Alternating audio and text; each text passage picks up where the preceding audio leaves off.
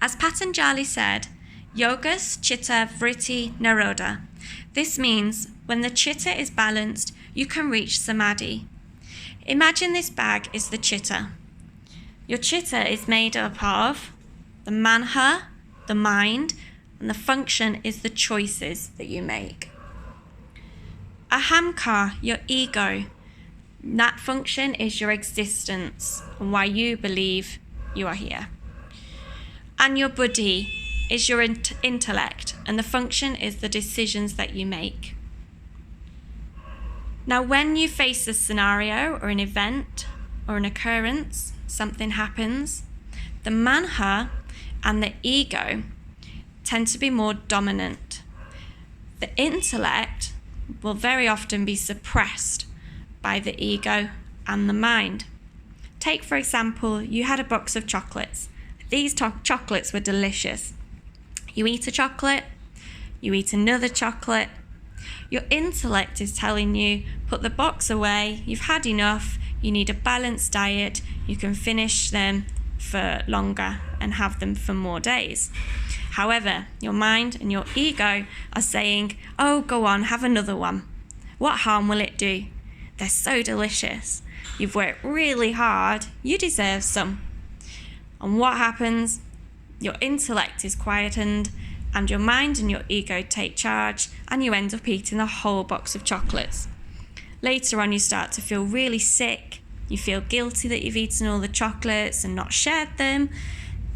Your mind and your ego stay quiet and your intellect is left feeling really bad and guilty.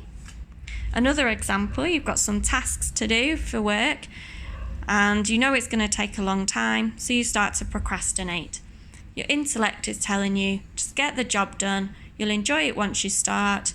Once it's finished, you'll feel like a weight has been lifted off your shoulders. But of course, the mind and the ego are procrastinating and they're telling you just to leave it. You're finding other things to do that they're saying is more important. And you end up leaving this job for a lot longer than you need to. And the pressure of the task that you need to do is playing on your mind and you can't focus or you just don't get it done. When the manha, the buddhi and the amakar are all imbalanced, of course this causes absolute chaos. There's so much chatter going on in your brain, all these factors are playing of what to do and it does cause a lot of chaos.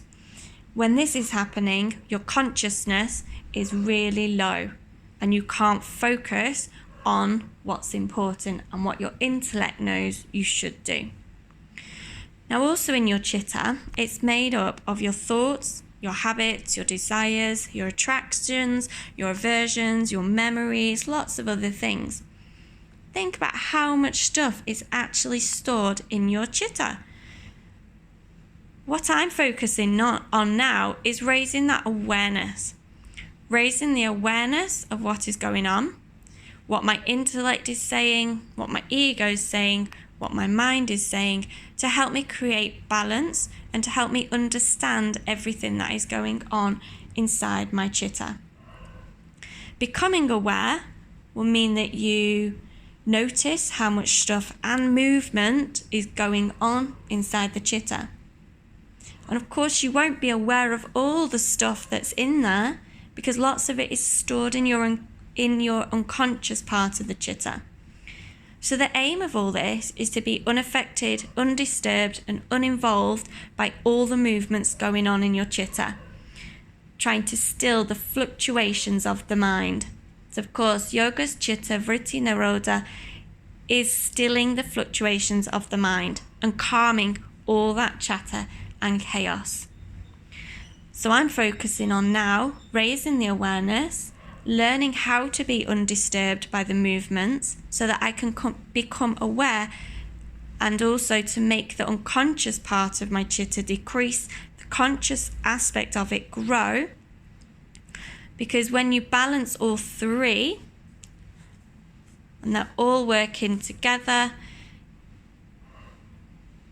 then that's when you can reach samadhi.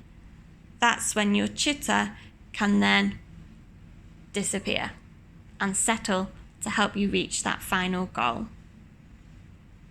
So a way of doing this is by chanting, because chanting helps balance all these three.